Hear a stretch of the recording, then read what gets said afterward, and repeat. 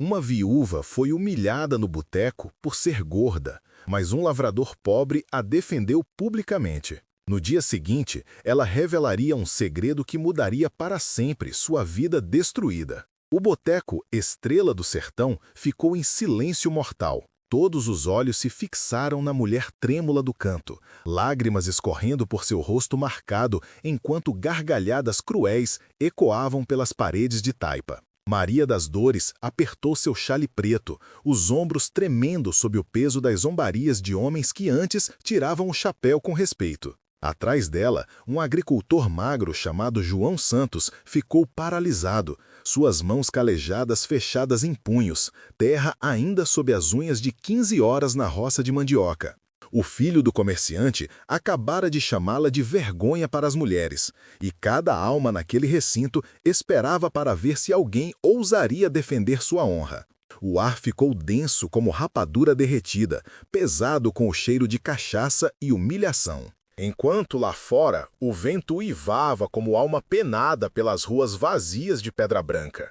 A mandíbula de João se contraiu ao ver a humilhação de Maria se desenrolar, sabendo que falar custaria tudo que lhe restava. Sua reputação, seu crédito no armazém, talvez até seu pequeno pedaço de chão. Mas vê-la sofrer em silêncio poderia custar algo muito mais precioso. Quando a dignidade de uma mulher é despedaçada na frente de uma multidão, você se levantaria para lutar ou desviaria o olhar para se proteger? O boteco prendeu a respiração, esperando alguém quebrar o silêncio terrível. E o que João Santos fez em seguida ecoaria por aquela cidadezinha por gerações, provando que, às vezes, o homem mais pobre pode ser o mais rico em coragem. Mas esse ato de desafio convocaria forças que ele jamais esperou e revelaria segredos que destruiriam tudo o que pensava saber sobre Maria das Dores. 3 dias antes, João Santos era apenas mais uma alma esquecida sobrevivendo nos arredores de Pedra Branca. Seu pequeno sítio ficava como uma cicatriz no cerrado, com morões de cerca apodrecidos e um curral que vazava mais do que protegia. Toda madrugada antes do sol nascer, levantava de sua cama de palha e caminhava pelos campos que seu pai trabalhara e seu avô antes dele. A terra estava cansada e teimosa, rendendo apenas mandioca e milho suficientes para não morrer de fome, mas nunca o bastante para prosperar. Sua mulher tinha morrido no parto 5 anos atrás, levando o filho que não chegou a nascer, deixando João sozinho com fantasmas e arrependimentos. O pessoal da cidade mal reparava nele quando vinha trocar suas colheitas magras por mantimentos, tratando-o como móvel velho, presente, mas invisível. Todo entardecer, sentava na varanda com uma cuia de café amargo, vendo o sol morrer atrás da serra, se perguntando se era só isso que Deus tinha planejado para ele. O silêncio de sua casa vazia pesava mais que o trabalho que vergava suas costas cada dia. Tinha se acostumado com a solidão, vestindo-a como uma camisa velha que já não esquentava. Mas lá no fundo do peito, uma chama ainda tremeluzia. Uma crença teimosa de que o valor de um homem não se media pelas moedas no bolso ou pelos alqueires debaixo do arado. João tinha visto Maria das Dores na cidade muitas vezes ao longo dos anos. Fora casada com Antônio das Dores, o antigo prefeito, um homem emproado que tratava a esposa como cavalo de exposição, valiosa para mostrar, mas trancada quando a visita ia embora. Antônio morrera de repente, 2 invernos atrás, deixando Maria com dívidas que devoraram sua herança como formiga em roça de milho. Os vestidos bonitos foram vendidos, a casa grande hipotecada no Blanco, e agora morava num quartinho em cima da venda, pegando costura para sobreviver. João tinha visto a atitude da cidade mudar de respeito para pena, depois para desprezo mal disfarçado. Era como se a morte de Antônio tivesse tirado não só sua segurança, mas seu direito de ser vista como gente. Se histórias de coragem esquecida falam ao seu coração, considere se inscrever para não perder o próximo relato de heroísmo inesperado. Naquela tarde particular, João precisava ir à cidade comprar querosene e fubá. Passando pelo boteco Estrela do Sertão, ouviu gargalhadas estridentes se derramando pelas portas como peçonha. Alguma coisa no tom fez seus passos diminuírem, um instinto afinado por anos lendo o humor de bichos e tempo. Pela janela suja, vislumbrou Maria das Dores sentada sozinha numa mesa do canto. Seu vestido preto cuidadosamente remendado, mas limpo. Um pratinho de torresmo na frente. Provavelmente a única refeição que podia pagar. No balcão, o jovem Carlos Mendes, filho mimado do comerciante, estava se exibindo para sua turma de puxa-sacos. Sua voz chegava clara e cortante como caco de vidro. Olhem ela ali, pessoal! Antes se achava melhor que nós todos quando o velho Antônio era vivo. Agora vejam o estado dela.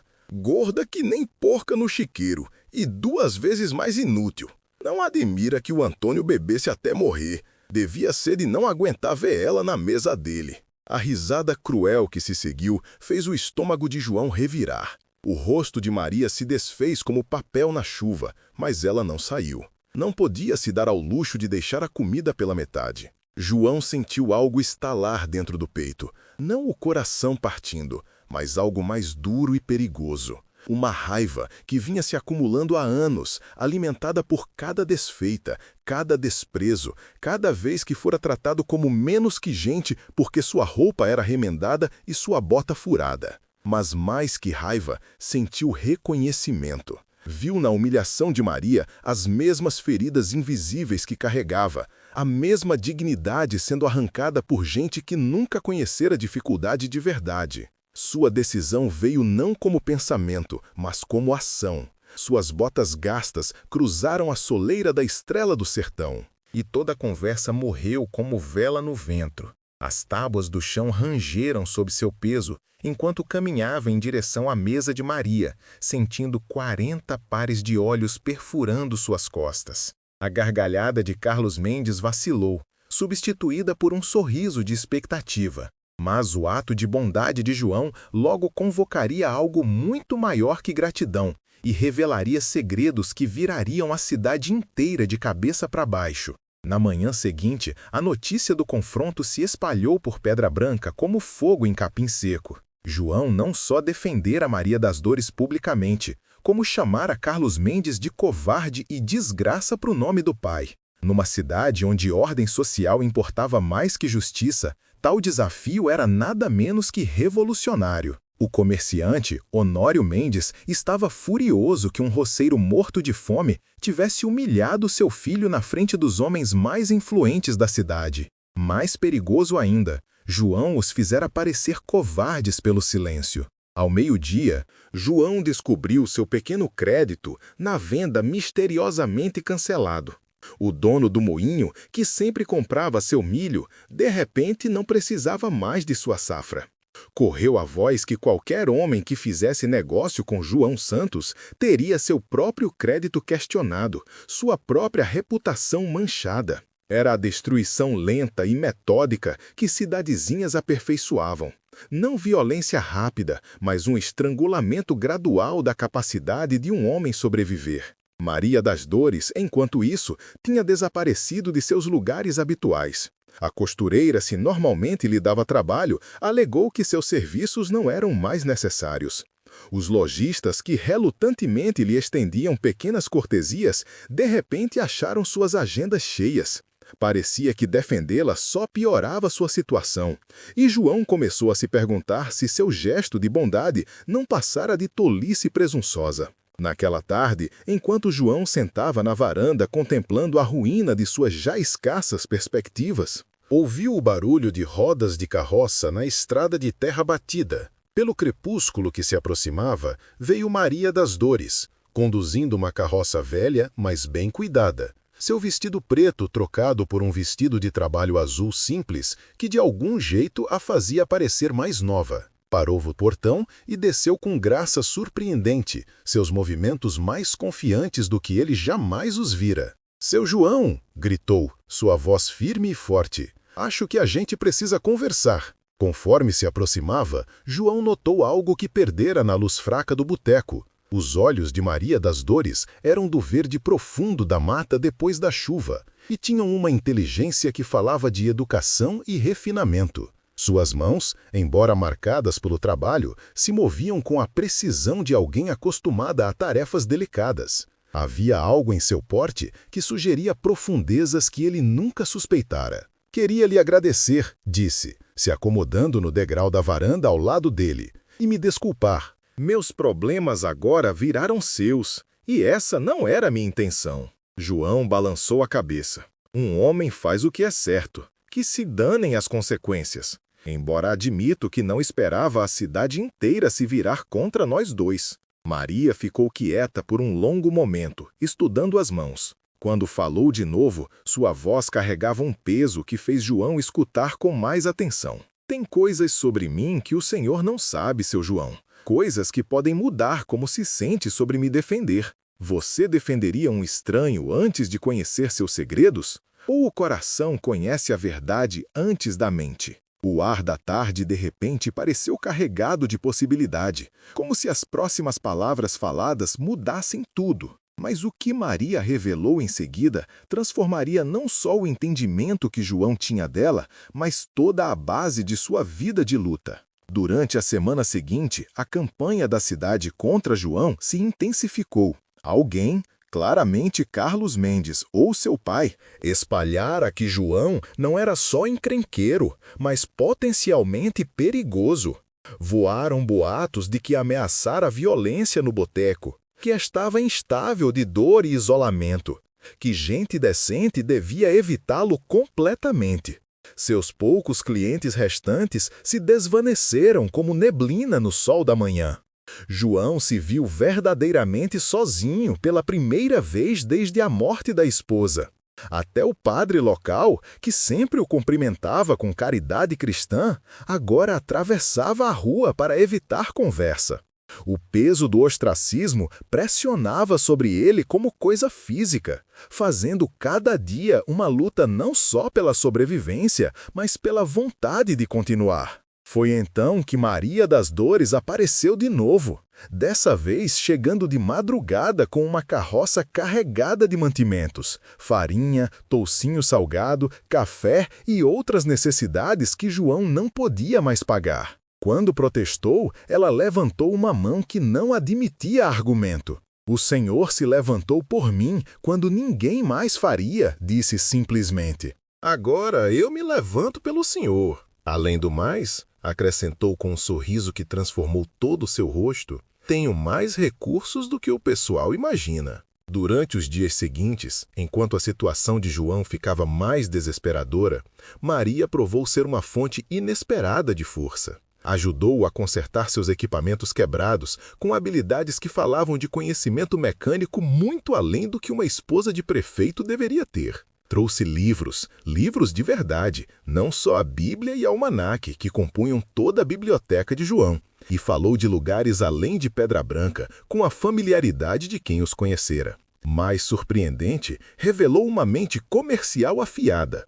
Quando João se preocupou com o próximo pagamento da hipoteca, Maria estudou suas contas com a precisão de um banqueiro, sugerindo melhorias em suas operações que poderiam maximizar seu rendimento. Falou de técnicas de rotação de culturas de faculdades de agronomia do Sul, de novos métodos para conservar produtos que poderiam estender sua temporada de venda. «Onde a senhora aprendeu tudo isso?» perguntou João numa tarde enquanto trabalhavam juntos na horta. O conhecimento de composição do solo de Maria rivalizando com o de qualquer agricultor que conhecera. Maria parou de capinar, uma sombra cruzando seu rosto. «Meu primeiro marido não foi o Antônio das Dores», disse baixinho. «Antes de vir para Pedra Branca, fui casada com um homem chamado José da Silva.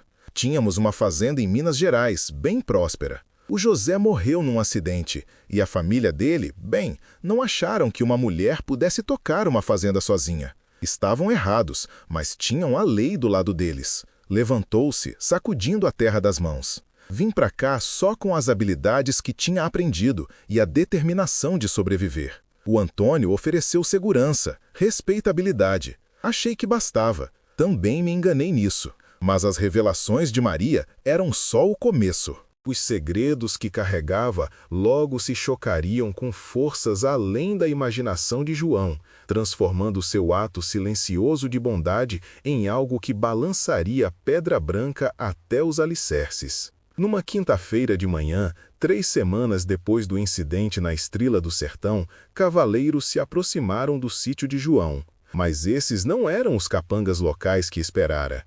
Pela janela da cozinha, viu 5 homens apearem de cavalos bem cuidados, suas roupas marcando-os como gente da capital, advogados, homens de negócio, talvez oficiais do governo. O cavaleiro líder, um homem alto de cabelos grisalhos e porte que comandava a atenção, caminhou até a porta com a confiança de alguém acostumado a ser obedecido. "Seu João", disse o homem, sua voz carregando os tons educados da capital. "Meu nome é Roberto Silva. Creio que conhece minha cunhada, Maria Silva das Dores."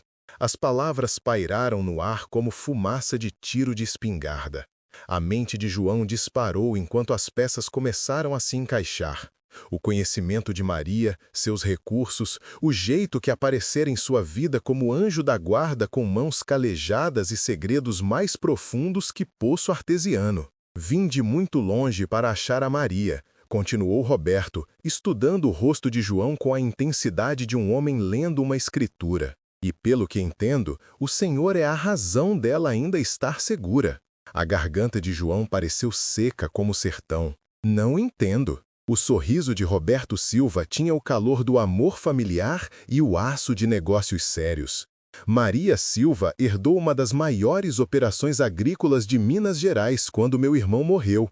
Os parentes contestaram o testamento, mas os tribunais mantiveram a decisão dela há 3 meses. Ela não é só rica. Seu João é uma das maiores proprietárias de terra do interior. E sumiu antes que pudéssemos contar. O sol da manhã pareceu ficar mais brilhante, jogando tudo em relevo nítido. João se sentiu como se estivesse vendo o mundo claramente pela primeira vez em anos.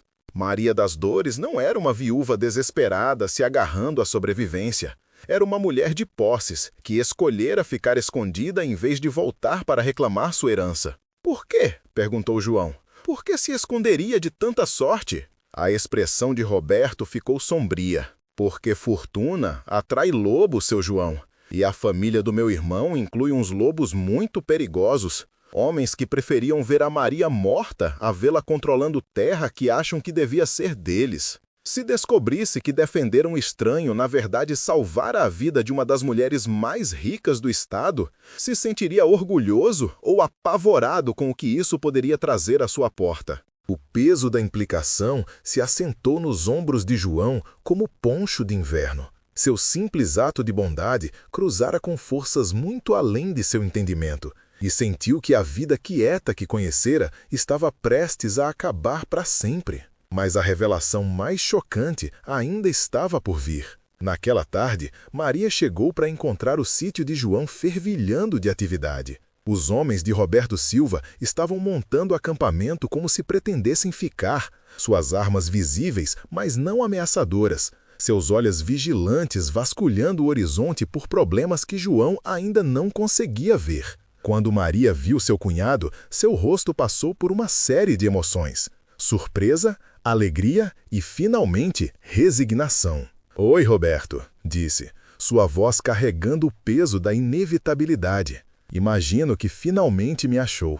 "Maria Silva", disse Roberto, abraçando-a calorosamente. A mulher mais rica de Minas Gerais se escondendo numa cidadezinha do interior e pegando costura para sobreviver. O José teria rido até passar mal. Os olhos de Maria encontraram João, parado sem jeito perto da varanda, se sentindo como intruso no próprio quintal. "Imagino que agora sabe de tudo", disse a ele. "Sei que mentiu para mim", respondeu João, surpreso com a mágoa na própria voz. "Sei que andou fingindo ser pobre, sentada numa fortuna que podia comprar essa cidade inteira." O rosto de Maria se contraiu.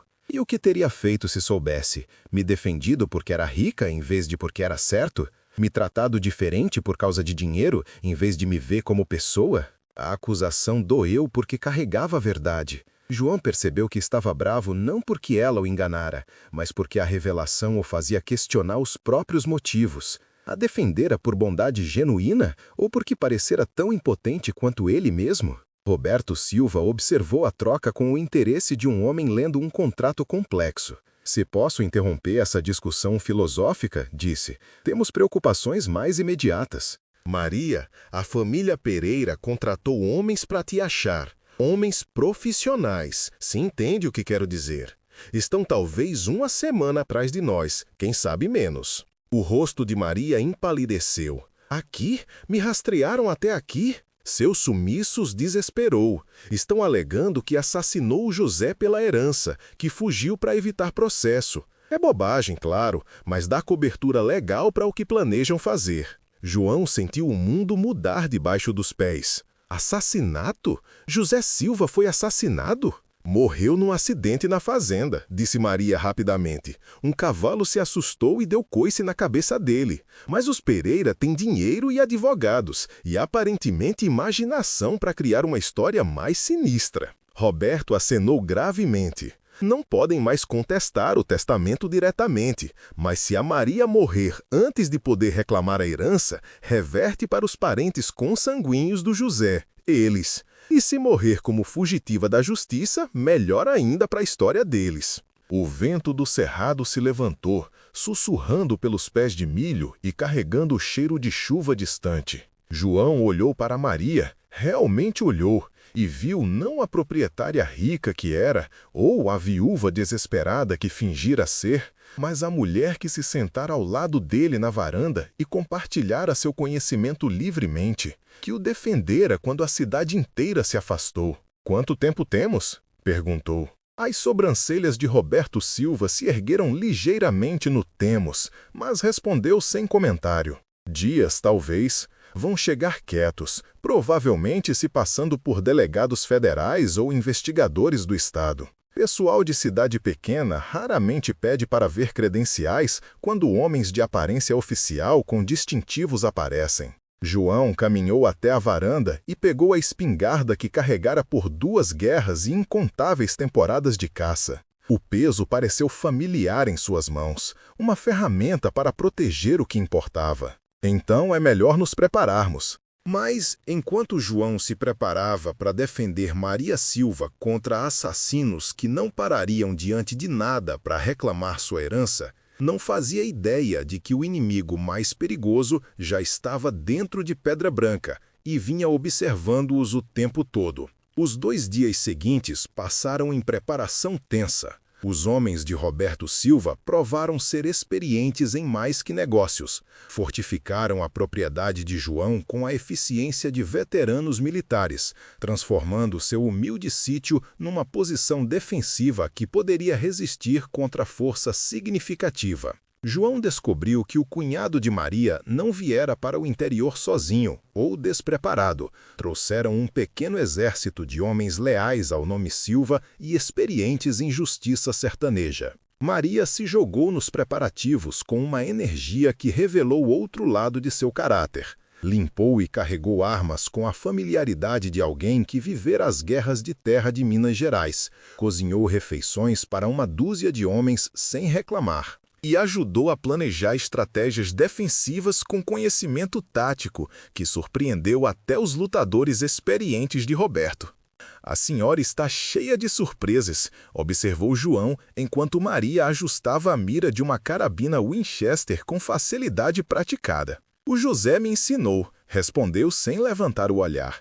"Disse que uma mulher sozinha no interior precisava saber se proteger. Acontece que ele estava mais certo do que qualquer um de nós sabia." Quando a tarde caiu no 2º dia, João se viu sentado com Maria na varanda de novo, o mesmo lugar onde ela revelara seu passado pela primeira vez. Os homens armados patrulhando sua propriedade tornavam a cena surreal, mas a presença dela ao lado dele parecia tão natural quanto respirar. "Sinto muito por ter enganado o senhor", disse baixinho, "mas falei sério sobre sua bondade.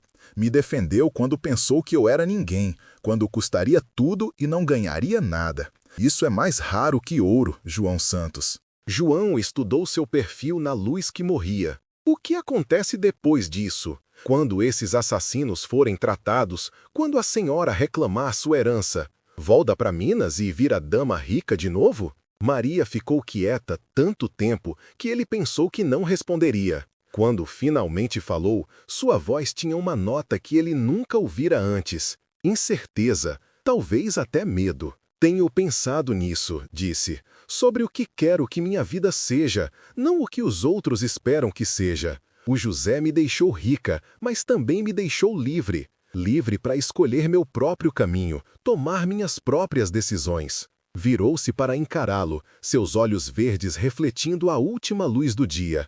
E se eu escolhesse ficar aqui? E se escolhesse um tipo diferente de vida, mais simples, mas mais honesta? O coração de João saltou como cavalo assustado, mas antes que pudesse responder, um dos sentinelas de Roberto assobiou baixinho da escuridão. O som significava cavaleiro se aproximando, e nessa hora, isso só podia significar problema. Você enfrentaria assassinos profissionais por alguém que conhece há apenas semanas? Ou existe amor que vale a pena morrer antes mesmo de ser declarado? João alcançou sua espingarda, sabendo que as próximas horas determinariam não só se Maria viveria ou morreria, mas que tipo de homem ele realmente era quando tudo que valorizava pendia na balança. Mas os cavaleiros se aproximando pela escuridão trariam uma traição que nem João nem Maria viram chegando, do próprio coração de Pedra Branca.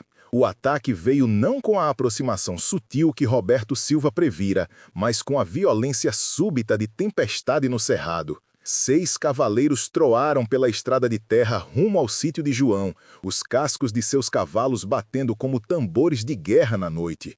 Mas esses não eram os assassinos profissionais que esperavam. Eram homens locais, homens de Pedra Branca, liderados pelo delegado Tom Ribeiro e incluindo Carlos Mendes e vários cidadãos proeminentes. João Santos! Berrou o delegado Ribeiro enquanto cercavam a casa. Você está abrigando uma fugitiva da justiça! Mande a Maria das Dores para fora e ninguém se machuca! Da varanda, João conseguiu ver o brilho de distintivos na luz da lua, mas algo estava errado. Esses homens cavalgavam como turba, não como oficiais da lei conduzindo o negócio oficial. Roberto Silva se materializou ao lado dele, seu rosto sombrio na escuridão. Esses não são delegados federais, sussurrou Roberto. Lei local, comprada e paga. Os Pereira andaram ocupados. A mente de João disparou. Como os Pereira chegaram a Pedra Branca antes de seus pistoleiros contratados? Como convenceram autoridades locais a agir sem mandados apropriados ou jurisdição? A resposta veio com clareza nauseante. Não precisaram. Os cidadãos importantes da cidade vinham procurando desculpa para destruí-lo desde que se levantara contra Carlos Mendes, e a presença de Maria dera justificativa perfeita. Tenho papéis aqui, continuou o delegado Ribeiro, balançando um documento que não podia ser legítimo. Maria Silva das Dores é procurada por assassinato no estado de Minas Gerais. Interferir na prisão dela torna vocês cúmplices de crime. Maria apareceu no ombro de João, seu rosto pálido mais determinado.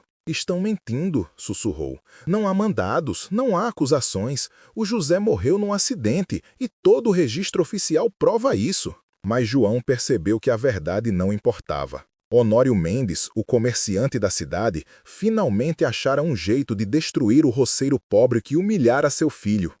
O dinheiro da família Pereira provavelmente fora suficiente para convencê-lo de que apoiar suas alegações falsas era lucrativo e justo. E o delegado Ribeiro, que sempre fora mais político que oficial da lei, seguiria o dinheiro em vez da verdade toda vez. Vocês têm 10 minutos, Santos, gritou Ribeiro. Depois a gente entra. Os homens de Roberto tinham tomado posições defensivas ao redor da propriedade. Mas João conseguia ver que estavam em menor número e armamento inferior. Pior ainda, esses eram homens locais, vizinhos, clientes, gente que conhecia há anos. Atirar neles o tornaria o criminoso que alegavam que já era. Tem que haver outro jeito, murmurou João, sua mente trabalhando furiosamente. Maria pôs a mão em seu braço. Tem, disse baixinho. Posso ir com eles, enfrentar qualquer acusação que fabricaram.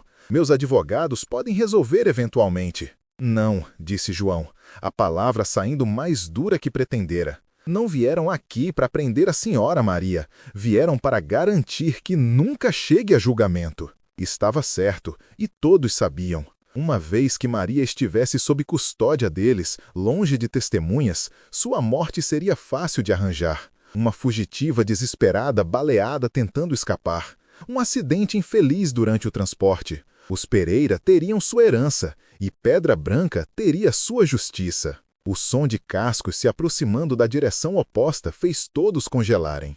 Pela escuridão veio outro grupo de cavaleiros, mas esses se moviam com precisão militar, seu líder carregando uma lanterna que lançava luz firme sobre a cena. Conforme se aproximaram, João viu a insígnia inconfundível de delegados federais, de verdade, com distintivos autênticos e documentação apropriada. "Delegado Ribeiro!" gritou o delegado líder, sua voz carregando a autoridade da lei federal. "Sou o delegado federal Carlos Lima, Departamento de Justiça do Estado. Entendo que tem negócios com Maria Silva." O delegado Ribeiro se mexeu desconfortavelmente na cela. "Assunto federal, delegado. Fugitiva de Minas Gerais. Temos mandados apropriados." O delegado Lima cavalgou mais perto, estudando os papéis do delegado sob a luz da lanterna. Sua expressão ficou cética, depois abertamente hostil. "Esses documentos são falsificações, delegado. Grosseiros, por sinal. A senhora Silva foi inocentada de todas as acusações por um juiz federal em Belo Horizonte.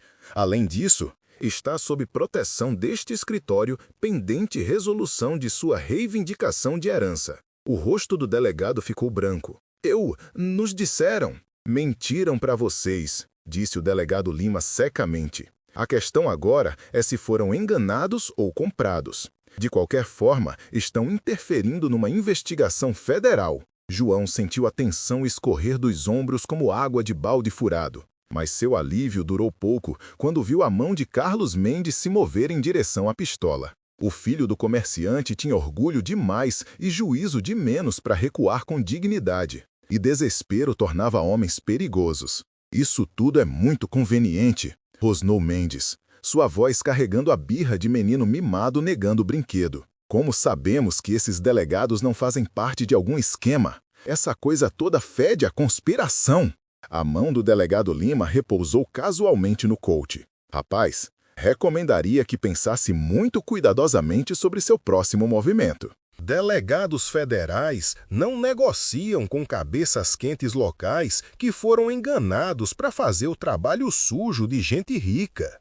Mas Mendes estava além do pensamento racional.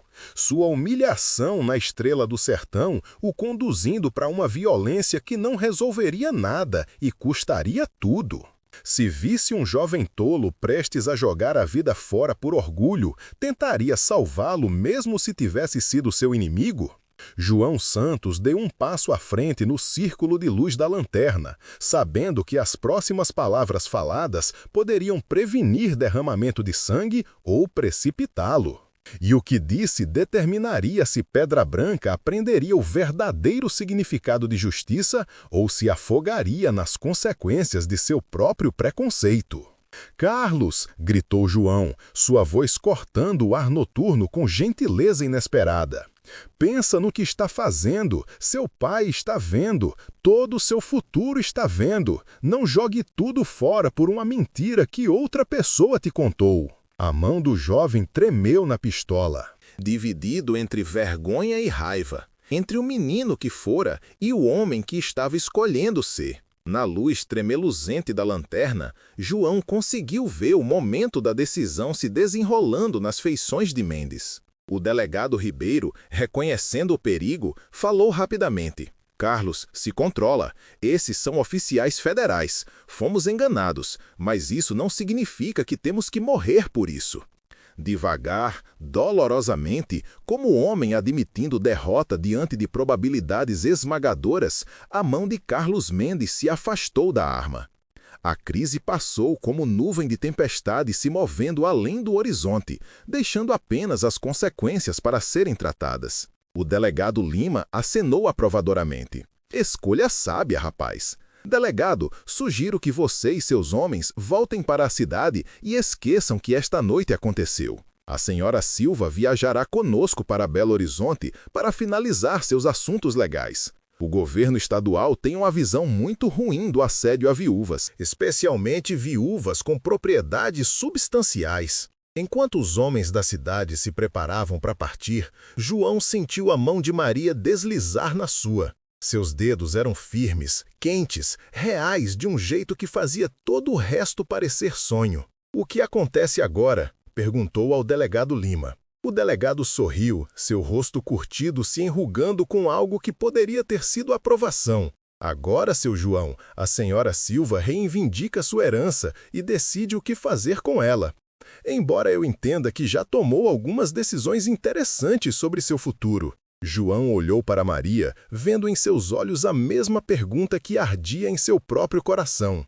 O perigo tinha passado, as ameaças neutralizadas, as mentiras expostas. Mas a pergunta mais importante permanecia sem ser feita, sem resposta. "João", disse Maria baixinho, "falei sério sobre escolher um tipo diferente de vida. A herança é minha, mas não precisa definir quem sou. Poderia investir em terra aqui, na agricultura, numa..." Pausou, suas bochechas corando ligeiramente. "Numa sociedade com alguém que me mostrou que bondade importa mais que dinheiro." As palavras ficaram suspensas entre eles como ponte, esperando para ser cruzada. João pensou em sua casa vazia, seu sítio em dificuldades, sua existência solitária que parecera suficiente até aprender o que compartilhar podia significar. "Maria Silva", disse formalmente, depois sorriu. "Consideraria ficar em Pedra Branca? Não como refugiada escondendo do mundo, mas como você mesma, rica, realizada e livre para escolher qualquer vida que queira?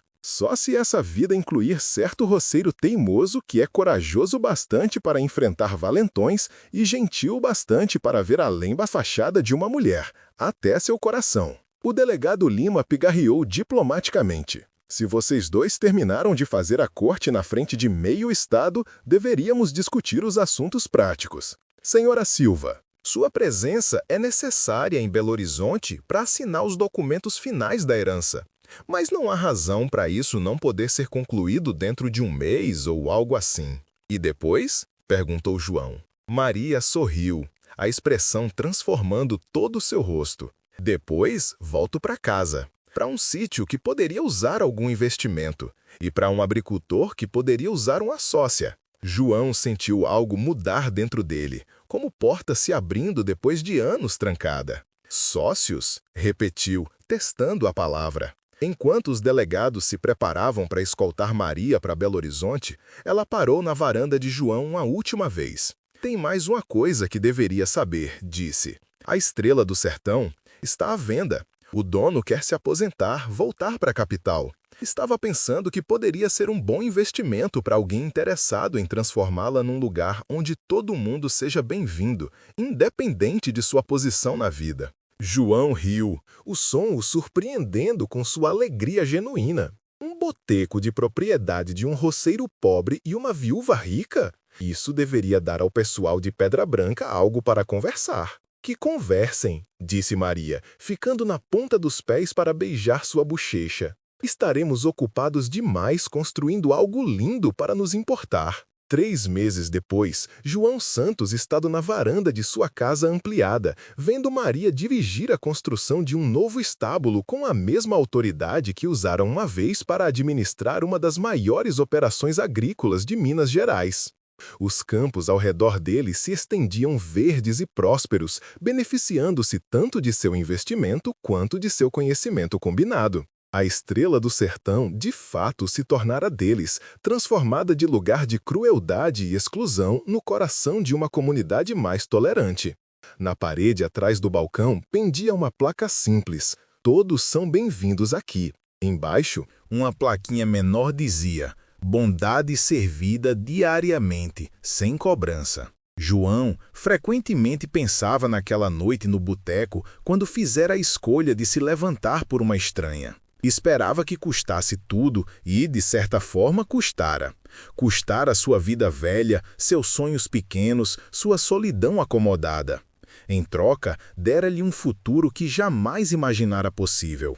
Maria mantivera sua promessa de investir na comunidade, mas em seus próprios termos. Financiaram uma escola que acolhia todas as crianças, independente das circunstâncias de suas famílias, estabeleceram um programa de empréstimos para agricultores em dificuldade e gradualmente se tornara a força para a mudança positiva que Pedra Branca nunca soubera que precisava. Carlos Mendes, surpreendentemente, se tornara um de seus mais fortes apoiadores. O choque de quase jogar a vida fora por orgulho falso o amadureceu rapidamente e agora trabalhava no comércio com respeito renovado pelas pessoas independente de sua riqueza. Fora o primeiro a se desculpar publicamente por seu comportamento no boteco, estabelecendo um exemplo que outros gradualmente seguiram. Conforme a tarde pintava o céu em tons de dourado e roxo, João refletiu sobre as voltas estranhas que a vida podia dar. Um momento de bondade cruzara com forças além de seu entendimento, revelando que às vezes o menor ato de coragem podia remodelar mundos inteiros. Maria se juntou a ele na varanda, sua presença ainda fazendo seu coração acelerar depois de todos esses meses. Arrependimentos? Perguntou, se acomodando ao lado dele como fizera naquela primeira noite. João considerou a pergunta seriamente. Sua vida não tinha semelhança alguma com o que fora antes daquela noite na Estrela do Sertão. Não era mais um simples agricultor mal sobrevivendo nas beiradas da sociedade, mas um homem de influência, casado com uma mulher de substância, parte de uma comunidade que estava ajudando a moldar para melhor. Só disse finalmente. Me arrependo de ter demorado tanto para aprender que defender o que é certo sempre vale a pena do preço. Maria sorriu e segurou sua mão. E eu me arrependo de ter precisado perder tudo para aprender que ter tudo não significa nada sem alguém para compartilhar. Sentaram em silêncio confortável enquanto a escuridão se instalava sobre seu sítio próspero, duas pessoas que tinham encontrado uma na outra as peças que faltavam de vidas que pensavam estar completas. O ar noturno carregava os sons da prosperidade, gado mugindo em pastos bem cuidados, a risada distante de trabalhadores indo para casa para as famílias, o sussurro do vento pelos grãos que alimentariam a comunidade crescente. João Santos defendera uma estranha num momento de clareza moral, jamais imaginando que sua bondade seria recompensada 100 vezes. Maria Silva escondera seu verdadeiro eu para escapar do perigo, nunca esperando encontrar alguém que valorizaria seu caráter sobre suas circunstâncias. Juntos, construíram algo maior do que qualquer um poderia ter conseguido sozinho. Não apenas um sítio próspero ou negócio florescente, mas uma prova de que coragem e compaixão podiam transformar até o solo mais duro em terra fértil para a esperança. Você teria coragem de defender um estranho quando significasse perder tudo? Ou ficaria calado e perderia a chance de encontrar tudo que nunca soube que precisava? Se histórias de heroísmo inesperado e segundas chances falam ao seu coração, se inscreva para mais relatos de pessoas comuns que descobrem que a bondade é a força mais poderosa do mundo. E clique no próximo vídeo para descobrir como um ato de misericórdia com um cangaceiro moribundo revelou um tesouro que mudou o destino de uma cidade inteira para sempre, com uma reviravolta tão chocante que você jamais verá chegando.